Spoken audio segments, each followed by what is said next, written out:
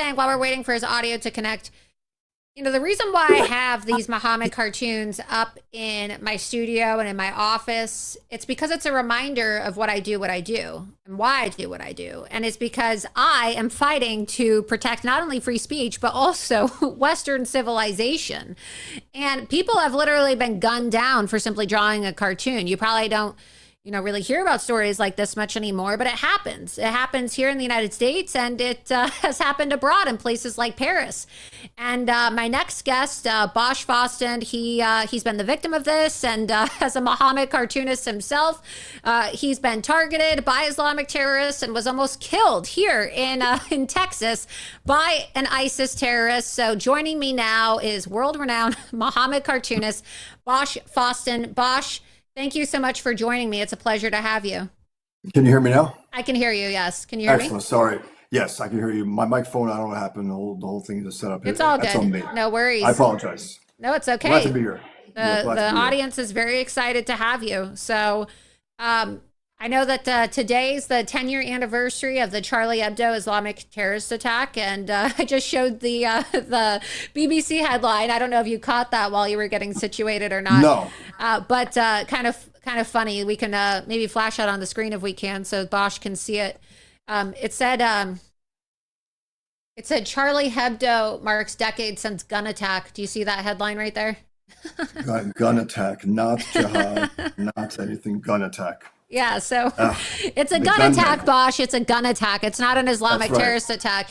It's a gun attack, because even the media in places like the UK, you know, headquarters of the BBC, they are so terrified of scaring Muslims. And we have seen now with the amplification, to his credit, you know, look, obviously I'm a bit disappointed in Elon Musk right now because of his censorship of conservatives this week. And, you know, the way he kind of had this outburst over H-1B visas. But to his credit, he's been raising global awareness about an issue that has been ignored by a lot of people for the last 10 years while it's been reported on.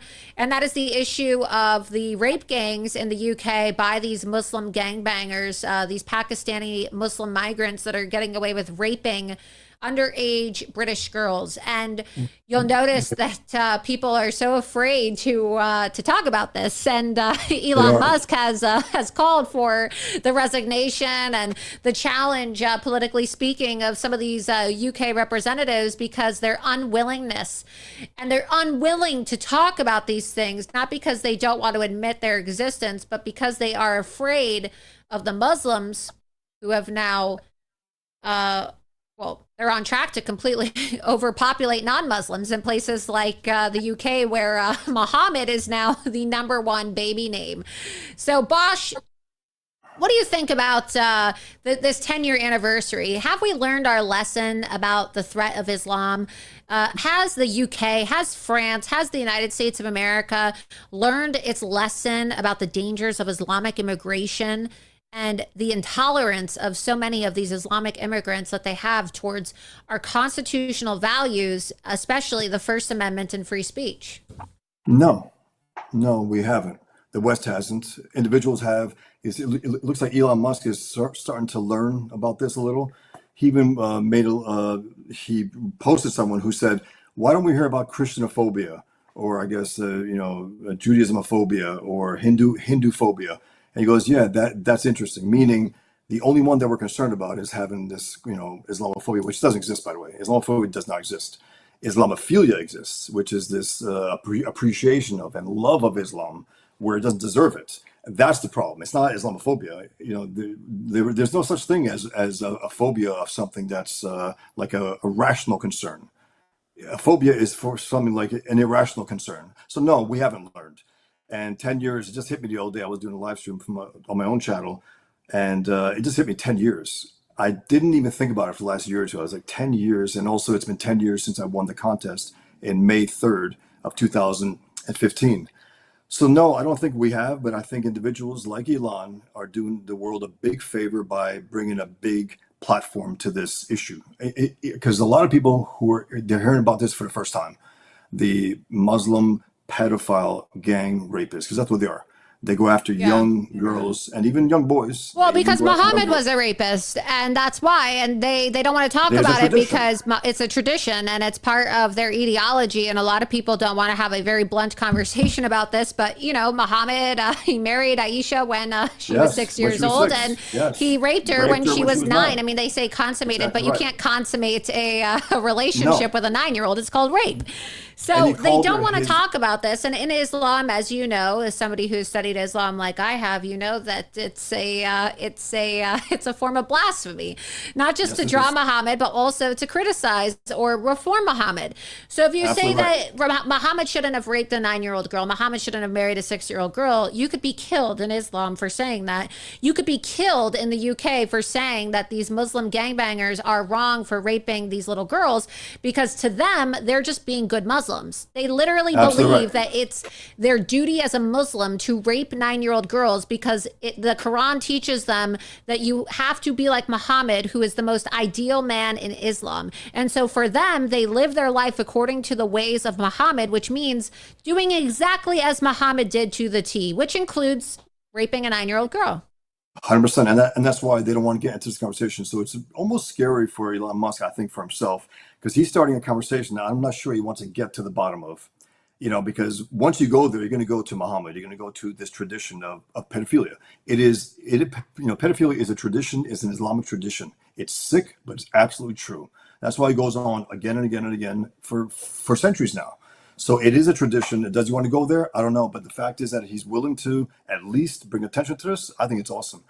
And again, criticisms, he does great things and he does stupid things, back and forth. But I'm on X. I was banned off of Twitter 5 or 6 years ago. I'm back on X because of him.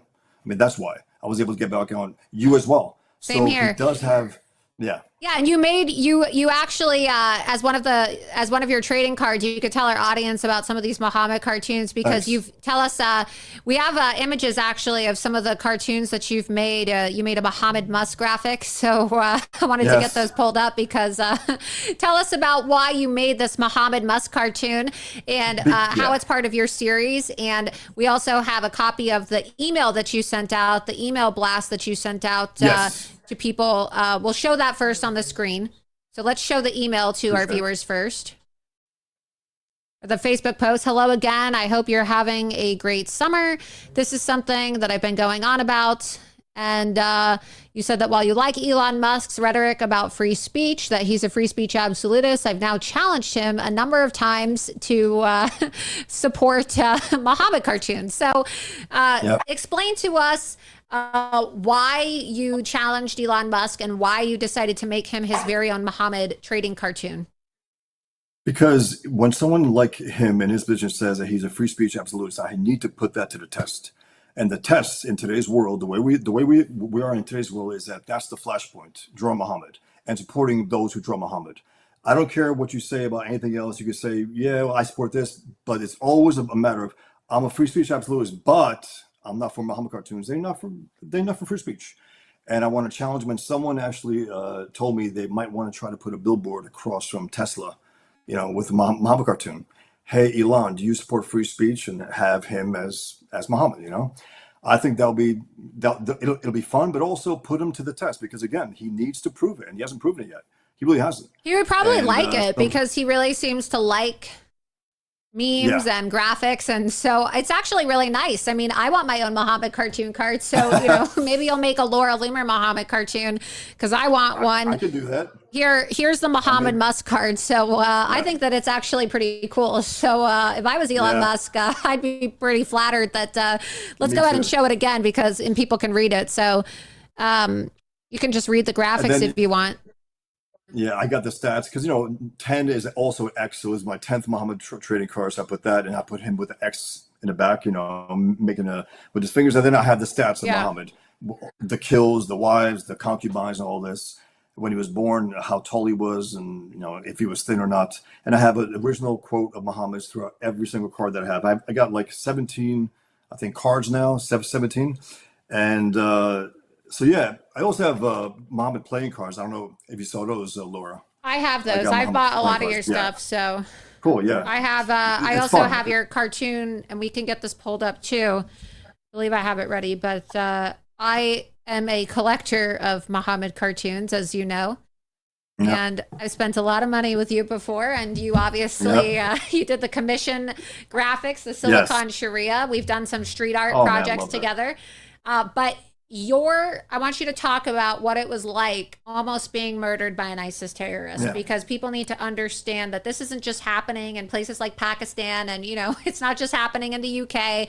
This isn't just happening in Paris, where Muslims are walking into magazine headquarters and murdering 12 people because they drew a cartoon.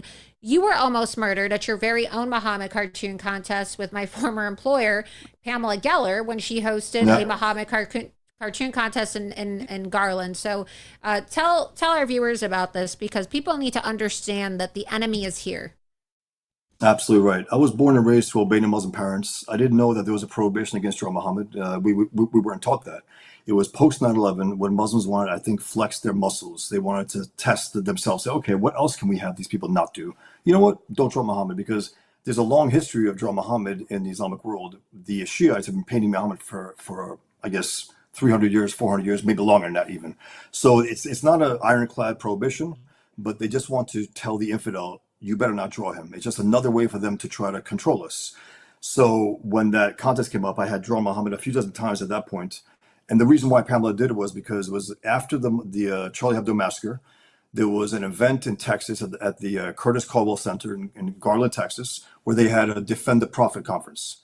And Pamela Geller looked at us and said, you know what, we're gonna have a Muhammad cartoon contest. We're gonna announce the winner at that same place, at that same location, which is what happened a few months later. So I entered, and I heard there was like 350 different entries. I ended up winning. Pamela told me to get there, and I did get there, and I ended up winning. I mean, I was really, really happy about that. I love Pamela and Robert and doing all that great work. And I said, I've been drawing Muhammad for free for so many years at this point. Why not get paid for it? So I won $12,500. I got a big check, a big fat check. And after I gave my speech, about 20 minutes later, we heard that there were gunshots outside. 2 jihadists came driving in from Arizona, a black Muslim and Arab Muslim, and they came and tried to blow our heads off. And fortunately, they got their heads blown off. And it's interesting because we found out a year later that there was an FBI agent who was in touch with them, trying to egg them on to do what they did. And we never got to the bottom of it. I went to FBI headquarters in California. I went to FBI headquarters somewhere else, and I tried to get information. I could never find information. So the FBI was involved to some extent. I mean, these guys are going to do what they do anyway, but the FBI is a corrupt institution. It has to be liquidated. It really does. And so, yeah, it's an amazing thing to be at an event and almost got killed.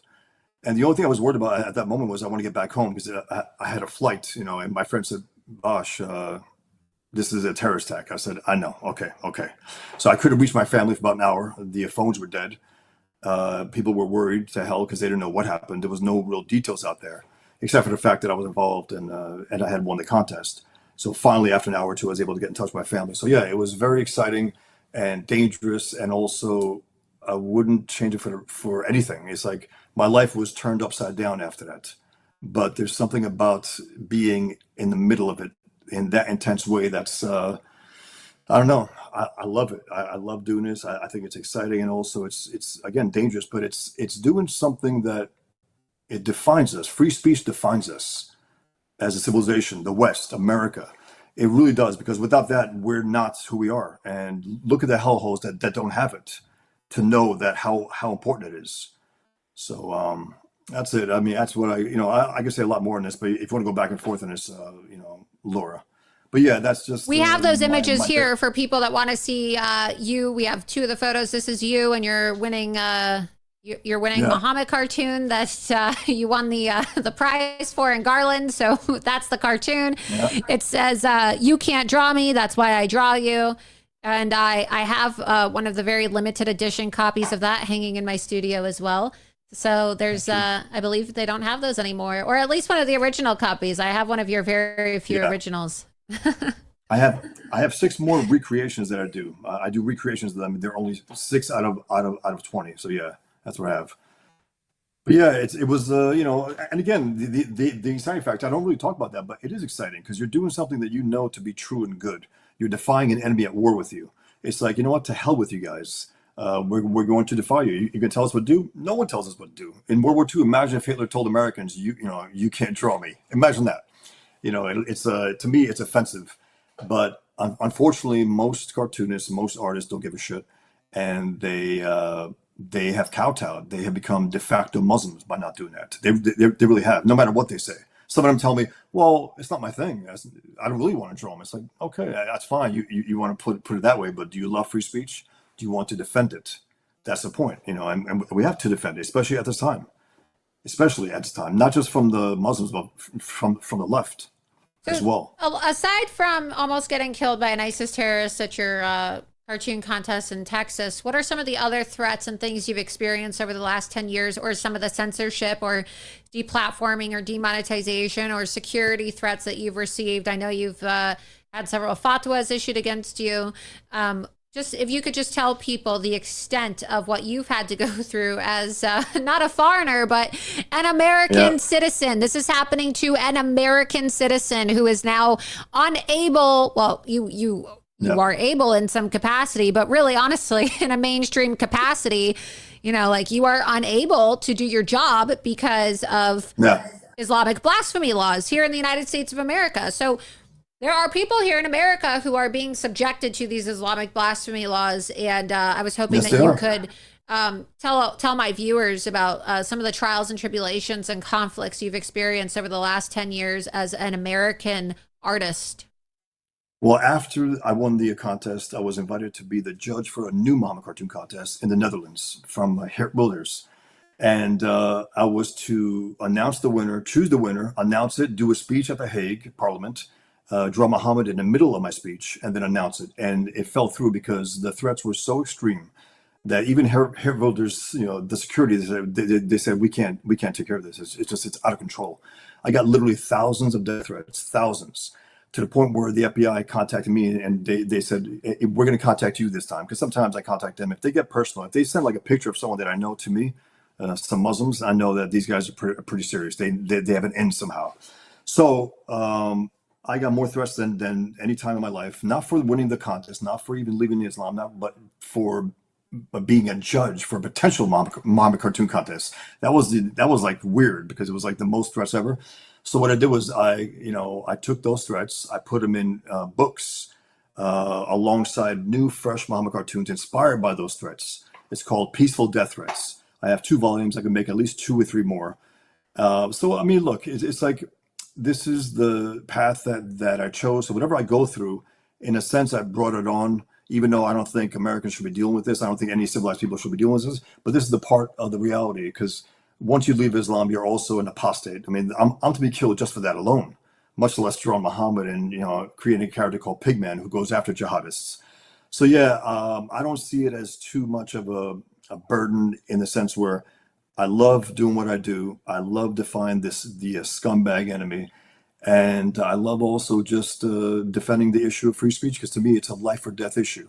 Again, without it, we are nothing.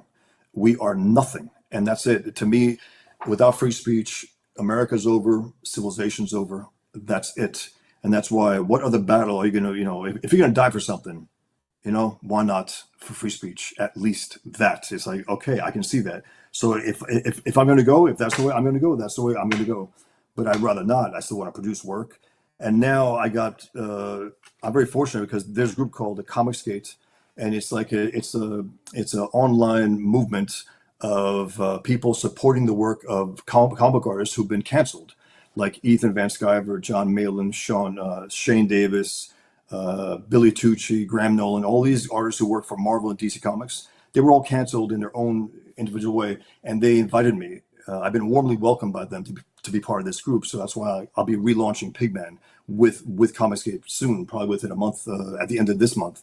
So however bad it can get sometimes, that's life. You expect it, Laura, you're going to bring on a lot of shit that you might not like at times. It might be a burden, but at the same time, would you stop doing what you're doing? I wouldn't. No. I wouldn't, I just, no matter what, it's like, that's why I do what I do. I want to be free. I want to be a free man. I want to live as a free man. It's like people say, well, when people tell me free speech is over, I say, you're over. You're over. Free speech is not over. As long as you exercise it, as long as we have it, you have to use it. When you don't, that's when it's over. So yeah, whatever, things I deal with, it's like that's part of life. That's just and if you want to take part in life, if you want to express your opinion as honestly as you can, you have to do it with free speech. Without that, it's over. And to me, that's the And bottom line. it's under attack right now. I mean, our mutual friend, Tommy Robinson, amazing guy, like literally rotting away in prison right now for speaking out about these Islamic rape gangs. So, and that's why he's in there. The pretense is that he's some criminal, and it's a pretense. Everyone knows that, except for that hack, Nigel Mirage. He don't know that. He wants to keep trashing him left and right. And this guy is, he is a martyr for his cause. He really is. The government has gone after him to shut him up.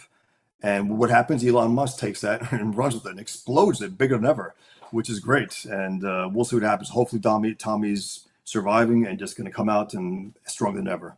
And I hope he even comes here. Honestly, I hope he finds a way to get he's given here asylum in the United States because of the way they've treated him and his family. So. It's terrible. I was just with Tommy last year. I visited him in Spain, and just terrible. Terrible to see. What they've done. Great guy, and he's a hero. What they've done to him and his family. What do you think the future holds? I mean, we're seeing now all these big tech executives who, basically had Sharia compliant terms of service, and, they deplatformed a sitting United States president. They murdered people by banning pertinent information about COVID vaccines. Yep. And now they're all just writing these checks, and they're going to Mar-a-Lago, and they're getting invited to the White House, and it's comical. What do you think about it? I don't really buy it. I mean, today we saw Mark Zuckerberg come out and say, we're going to get rid of our community notes system or the fact checkers, and we're going to replace it with community notes like X, and we're against censorship now. And I just feel like these things are litmus tests, right? Like, I really feel like people like you and I 100%. Are the litmus test for what it means to really be pro-free speech. 100%. And, when you take deadly seriously, you put your life at stake. And it's unfortunate, but that's as far as you got to go. These guys are playing a game here. I think they have Elon envy, because Elon's the richest man in the world, and he doesn't give a shit what anyone thinks.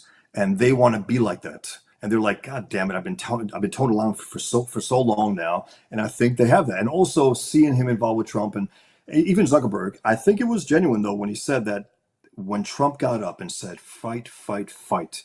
He said that was badass. Zuckerberg said, and I believe he actually believed it and meant it. I really do. Yeah, but then he censored all the images of the Trump assassination. I think he just talks out of both sides of his mouth. Did he do that? Okay. He did. Okay. So yeah, but the point and they also allowed for groups like ISIS and the Taliban and Hamas to have access. I remember when they banned Donald Trump in January of 2021, I called you and I said, oh my God. I said, Bosch, oh my God. They have literally deplatformed the sitting United States president, and they allowed for the Taliban to have access. A big deal. And it was a huge deal because people were like, whoa, you're going to ban Trump, but you're going to let the Taliban have access. And so Bosch and I paid Bosch. I said, hey, let's design together a Muhammad cartoon of Jack Dorsey to highlight how Donald Trump has been completely deplatformed and how they literally will allow the Taliban to have access, but they won't let Trump. So we had these Muhammad cartoons drawn up. It said Jack Dorsey, leader of the Taliban, and it had ban in all caps. And so what we did then is we worked with Sabo, who is another street artist, and we had these plastered all over the Twitter headquarters. I think we actually have an image of that, or there's a Breitbart article too. I can pull that up now, but you have to see these images. There's a Breitbart article. Let's see if we can pull it up here. It was so good. That was fun. That was very, very fun. We had these posters posted. Here we go. Found it. We had these Taliban posters posted all over. I think it's my producer. LA, now. I believe. Over San Francisco, the Twitter headquarters. So we have one. Yeah, I see. We have one here. I have one here in my studio. My studio is basically just decorated in Islamic cartoons. So my producer's like, we have it here on the wall. Very, very cool. Jack Dorsey, glare. leader of the Taliban. Jack Dorsey, leader of the Taliban. So you see that Yep. here. Jack Dorsey, leader of the Taliban. So this is one of the Muhammad cartoons we had made up, and then it had like the ISIS Twitter bird on the bottom, and then it has Donald Trump's account banned, and then it says Bosch, Fawstin, Laura Loomer. So, Very, very cool. We plastered these all over Twitter headquarters, but to make a point. Love that. To show everybody how they're literally allowing for the Taliban to have access to social media, and they are not allowing for Donald Trump to have access. So that was a big deal. They crossed the line, and I got to say, I think things like that woke up Elon. That also, his son, as he calls it, they killed my son. He puts it for the trans movement. I think those things were just points of no return for him, where he said, you know what, to hell with this. I've been on the wrong side. I'm going to go all out now. And the way he went out for Trump, I got to say, if he didn't do what he did, I'm not sure if Trump would have eked it out. I don't think so. I think he was a difference and made a difference with X, with going to Pennsylvania, with campaigning for Trump. And I'm not saying it was. And we're grateful for that. We can all be grateful for Absolutely. all of that. I'm not denying that Elon Musk did all those things, but he doesn't need to be so retaliatory against people for speaking out against immigration. And I'm grateful. Look, I agree with you completely. I think what he did is great. And I think that he does a lot of good in the world. But he also is not immune to criticism. He's not immune to criticism. And that's why I do want to call him out for. It's like, until he goes on record saying I am for Muhammad cartoons, I don't believe it. I don't believe he's a free speech absolutist. I don't. And until he doesn't punish people like you, take away your I guess it was the symbol, the blue. Yeah, the blue check mark and the monetization. And I don't even know if I'm going to be monetized again. I had to reapply for monetization today, so we'll see. I mean, I have no idea. So yeah, he can be criticized, and that's the thing. I mean, we have the freedom to do that as well. And look, I love what he's done. I really admire him. I think he's a hero. I really do. And at the same time, he'll fuck up and say, "I'm like, damn, that's a bad thing about what he did." And his reaction to the reaction to the H1, it was like, I don't know. I mean, saying "fuck you" in the face, and how he's gonna go to war with us. So said, like, he's a defense contractor essentially. It's like, has contracts with SpaceX and Starlink, and he's telling us he's gonna go to war with us. Yeah, that's supposed to make me feel really nice. I mean, look, again, great man, and he fucked up there, but at the same time, he can pick himself back up, and he has. I mean, to me, talk about a recovery, to come back and to make it the biggest news in the world for a few days about the rape epidemic that's been going on for decades. I mean, decades. I wrote an article about it, 2019, about Tommy Robinson and the way they were treating him, just for getting the word out. I think he was filming some of the pedophile rapists outside the court. They saw that as a violation. Again, these are political persecutions that they try to give the veneer of law to. It's not. They're after him, and they don't want to be reminded of what they've done. And Tommy is a big time reminder. He puts a bullhorn on them, and they don't want that. He's another great man. Someone asked me all day when they said, "Well, if you don't want Farage, who do you want?" I said, "For PM." I said, "Tommy Robinson." He goes, "Oh, come on, get serious." You need a guy like Tommy Robinson. You need a guy like that in power, whether he wants or not. What I'm saying is, you need a guy with balls who's willing to take it to the mat, to the limit, to fix the horrific place that the UK is in. I made a cartoon over 10 years ago. It was called the UK, right? But it was FUCKED, fucked. And it said, from Camelot to a Camelot. And that was a joke, right? 10 years ago. Literally, I saw a picture of a street in the UK with some Muslims with camels. It's not a joke, with actual camels on the street in the UK. So Camelot, from a Camelot to a Camelot. They have destroyed themselves. The politicians, the media, the people are still the people. I still have hope for England because of the people, like America. I had a strong idea that Trump would win because of the people. Not because of the media and this. Now, we knew that they're going to try to kill him or whatever they can do, but the people are going to step up and outvote the steal. And that's what we did. We outvoted the steal because, of course, they stole, and they did try to steal it again. We know that, but we outvoted because we wanted it more. Evil can't really fight that hard. I think the good can fight a lot harder than evil, and that's what we did on Election Day and beyond. Because now we got 4 years to set things straight. in a way that I think will be absolutely revolutionary. I believe the next 4 years are going to be revolutionary, hands down. I really believe it. I think the agencies are going to be wiped out. I think the FBI is going to be, if not, liquidated, completely different entity by the end of this administration. And then who knows what happens next? JD Vance, Vivek, I don't know. We'll see. We will see. But for 4 years, it'll be incredible times. And yeah, the left's going to be the left. They're going to be the enemy within. But we have to fight them and just, I think we could do it well for at least 2 years until the midterms, and who knows what's happened then. But, if Trump keeps his promises, which I believe he will, I think he will get those midterms. So we'll see. We will see. Do you think that we're going to see a continued rise of Islamic terrorism here in America? I mean, we just saw this attack in New Orleans. Do you think that we're going to see a resurgence of it in opposition to President Trump? Every week, if you follow therevolutionofpeace.com, check it out. They have these stats. Every single week, a few hundred people are murdered. Yeah, let's get that site pulled up. It's actually one of my favorite sites. So this is a great site if you want to learn the truth about Islam and you want to see all of the attacks about, Islamic terrorism that are happening all around the world. So you should go to I think it's thereligionofpeace.com. There it is. Yes. What makes Islam so different?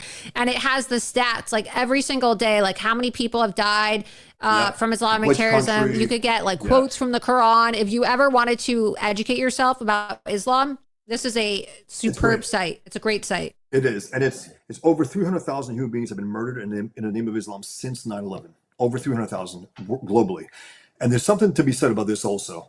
At the end of Obama's 2 terms, there were 20,000 people killed in his last year across the world in jihad, right? By the end of Trump's 4 years, it was 10. That's still too much, but that's half in 4 years. It's a big difference. Why is that?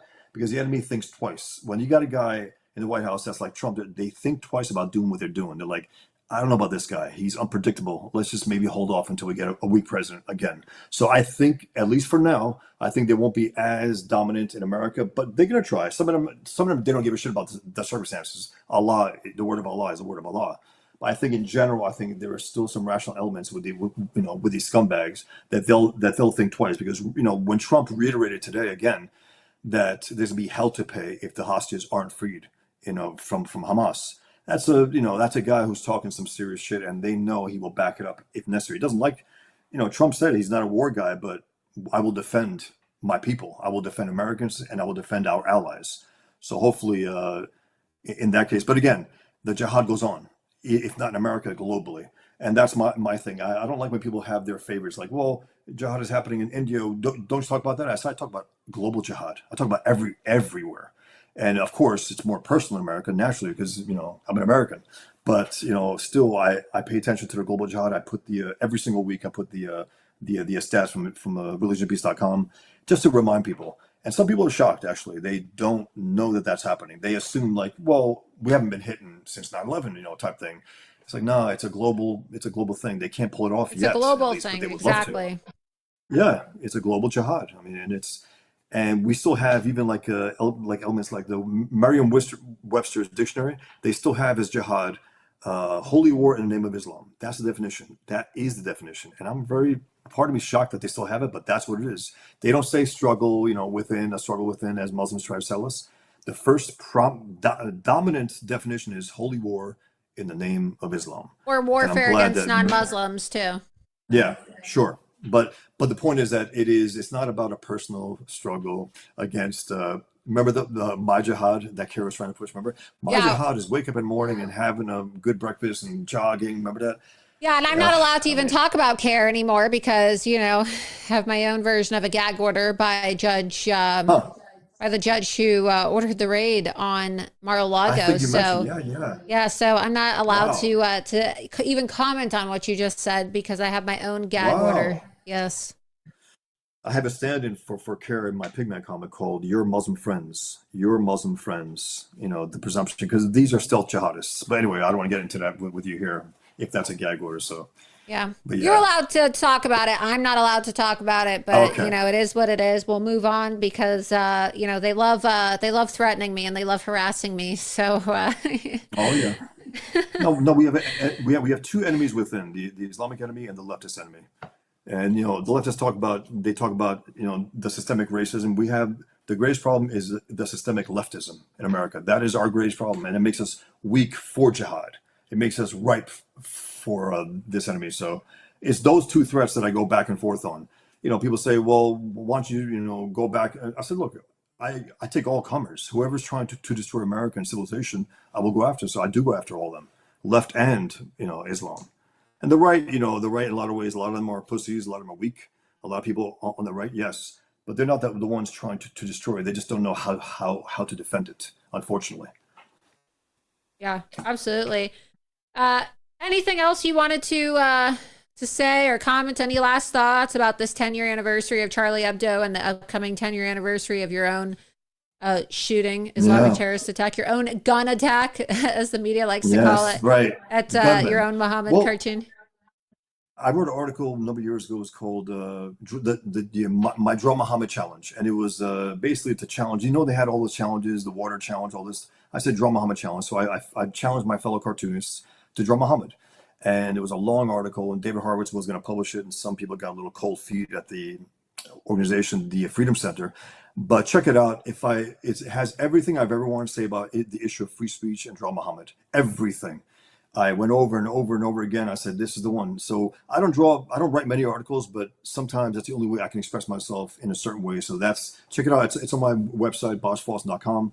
It's called the Draw Muhammad Challenge. It's probably my best piece in terms of, David Horowitz called it, it's your manifesto. Yeah, I think it is.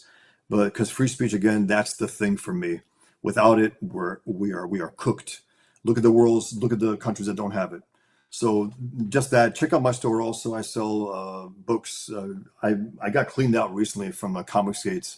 We want to promote you, customers. And obviously everybody today on the 10-year anniversary of Charlie Hebdo, if you should do anything, you should go buy cartoons, Muhammad cartoons, or draw Muhammad. Yeah. So what better way to honor and honor the memory of these people who were tragically murdered by these Islamic terrorists? What better way to honor them and to also basically give the middle finger to jihadists than to go buy some Muhammad cartoons today? So Bosch, what's your website and where do people go to buy your amazing Muhammad cartoons, which are all over here? I've got the trading cards. I've got everything. It's boschfawstin.com, and what I have left is Peaceful Death Threats Volume 1, Muhammad Cartoons Volume 1 and 2. Those are the books that I have left because I more or less everything else has been sold out. I got my trading cards, my Muhammad. It's in a store section, and I have this new trading card, which is my superhero Pigman, who's also an ex-Muslim like me, who after 9/11 decides to go to war with the enemy in a physical way. And I have him punching Muhammad with his pigskin leather glove. And the reason why he wears pigskin is to exploit the Islamic enemy's bigotry. Okay, I have a little fun with it as well. He exploits the Islamic enemy's bigotry, and he goes after him and kills them. He doesn't knock them out; he kills them left and right. And he to the point where there are no new terrorist groups, beginning with Pigman in that world. So it's a power fantasy on my part, but it's a two-story. It's two stories in there, and I'll be relaunching it, by the way, as a comic book soon. Where basically I'll be with the help of some of the people at Comicsgate. It's something that I thought after 9/11 that I would have competition for a Pigman. I thought there would be like a wild boar man, Pigman, this and that. Nobody did an anti-jihad comic book. So it's pretty shocking to me, but hey, my background, I guess it propelled me to do it. So that's it. And thank you, Laura. Appreciate it. You had me on. Thank you so much. And thanks for always fighting the good fight in a way that is fierce and just in your face. And yeah, you put off people. I put off people too. That's the nature of it. We're at war. We're in a cultural war, which we have to win. And just because we won the election doesn't mean we won. We have a fight ahead of us, a big time fight. So, we just have to keep fighting. That's it. Thank you so much for having me. I do appreciate it. Yeah, absolutely. Keep up the fight. Stay safe. And thanks for never backing down, even in the face of, ISIS terrorists showing up and literally trying to shoot your head off as they did in Texas. So it's brave. Incredible. And I wanted to have a brave free speech fighter, free speech absolutist on my show today to honor the memory of those who died tragically 10 years ago today fighting for our free speech and Western civilization. So Bosch, Thank you so much for coming Thank on you. my show. It's a pleasure. I'm probably going to go buy another one of your cartoons later tonight when I'm done. And for those of you watching, Appreciate it. please be sure that you support his work because obviously you can't get this in like major bookstores. You cannot get these cartoons No. online because they're too scared to sell them, because they're too scared of Islamic blasphemy laws. So you can only buy them direct. One thing also, if I just mentioned, some people email me, I'm afraid to buy your stuff. I'm like, please don't email me about that. I just, buy it or don't. Don't email me that you're afraid to do it. It just, to me, that's just an acceptance of the situation we're in. It's cowardice is what it is, and I can't stand it. Nothing's going to happen to you if you buy his stuff. I've bought his stuff No, before. I'm taking a risk. You're not, believe me. I've spent thousands of dollars, you guys. I've spent thousands and thousands of dollars buying stuff from Bosch. So yeah. I've had him commission pieces for me before. Nothing's going to happen to you if you support his work. I encourage you all to do it. Thank you so much, Laura. I really appreciate it. Thank you so much. Yeah, thank you so much. Have a great evening. Take care. Be well. You too. Oh, my friend Bosch Fawstin, incredible Muhammad cartoonist. Be sure that you check out his site, boschfawstin.com. Support free speech today.